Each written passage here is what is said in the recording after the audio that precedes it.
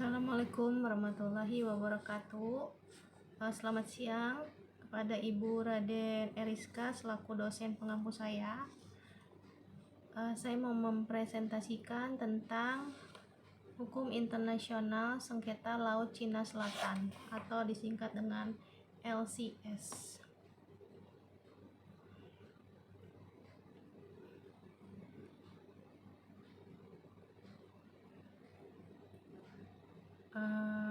Pendahuluan ya.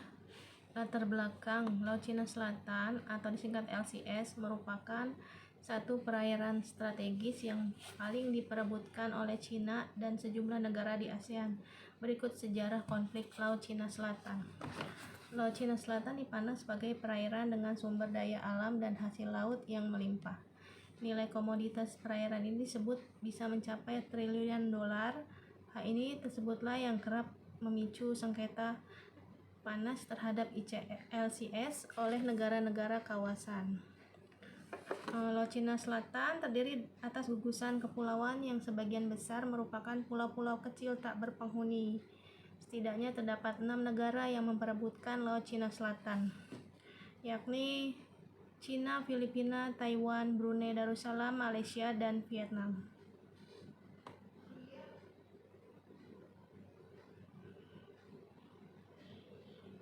Rumusan masalah.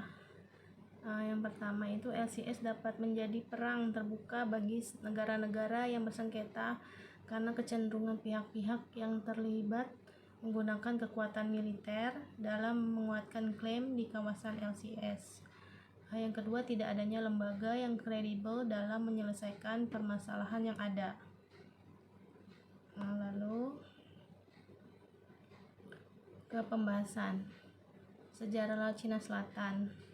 Klaim Cina atas 80-90% wilayah di Laut Cina Selatan (LCS) dengan alasan sejarah tersebut lantas memantik ketegangan di antara negara pantai lain yang juga sama-sama mengklaim berhak atas kawasan tersebut, seperti Brunei Darussalam, Malaysia, Filipina, Taiwan, dan Vietnam, yang mendasarkan pada aturan zona ekonomi eksklusif atau disingkat dengan ZEE.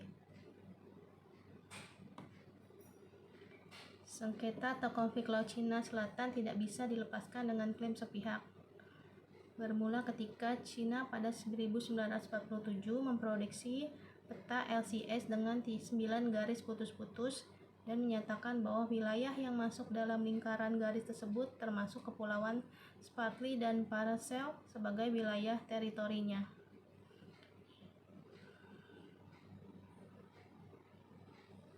Peta ini kemudian ditegaskan kembali pada saat Partai Komunis berkuasa pada 1953. Klaim ini didasarkan pada sejarah Cina kuno mulai dari dinasti Han yang berkuasa pada abad kedua sebelum Masehi sampai dengan dinasti Ming dan dinasti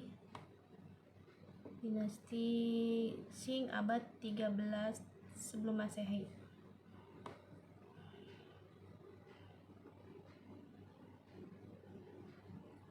Letak geografis Laut Cina Selatan terdalam dalam gambar berikut ini. Ya. Laut Cina Selatan kenapa diperebutkan? Karena menggiurkan secara umum ada dua hal yang penting dalam perebutan wilayah LCS, yakni letak strategis serta potensi ekonomi.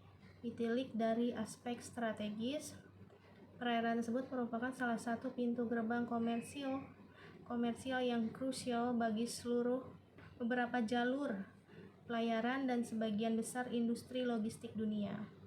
Laut Cina Selatan adalah jalur tercepat dari Samudra Pasifik ke Samudra Hindia yang menghubungkan Asia Timur dengan India, Asia Barat, Eropa, dan Afrika.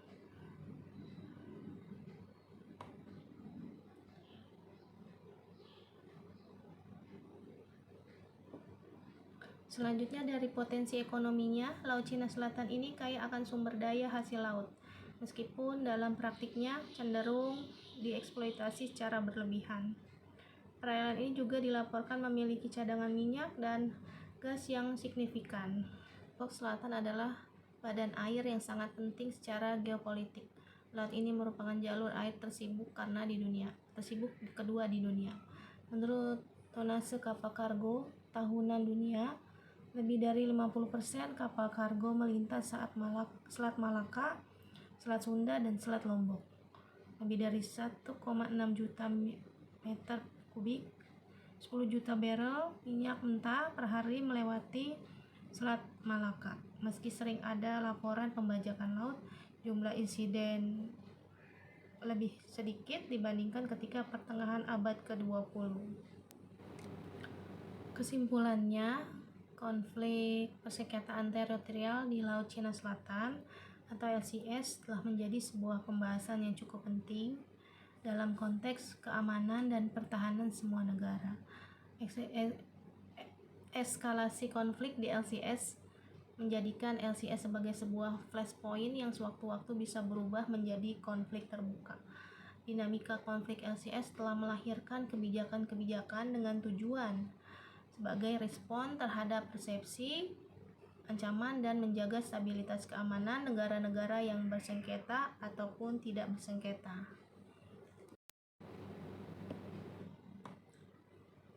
Sarannya, Indonesia juga harus tetap berhati-hati dalam aplikasi kebijakan pertahanan Indonesia di tengah konflik yang tengah terjadi. Hal ini disebabkan karena perubahan orientasi kebijakan pertahanan Indonesia dapat memunculkan mispersepsi dan dari pihak lain sehingga dapat memicu security dilemma. Fenomena ini sangat biasa terjadi dalam konstelasi global yang anarki. Untuk itu, pemerintah harus memastikan perubahan kebijakan pertahanan Indonesia tidak memberikan dampak buruk yang dapat mengganggu keamanan dan ketentraman kehidupan. Demikianlah presentasi saya kali ini. Mohon maaf jika ada kesalahan pengucapan di dalam presentasi saya. Semoga dengan presentasi ini dapat menambah wawasan mengenai Laut Cina Selatan yang sedang diperebutkan oleh beberapa negara. Terima kasih. Wassalamualaikum warahmatullahi wabarakatuh.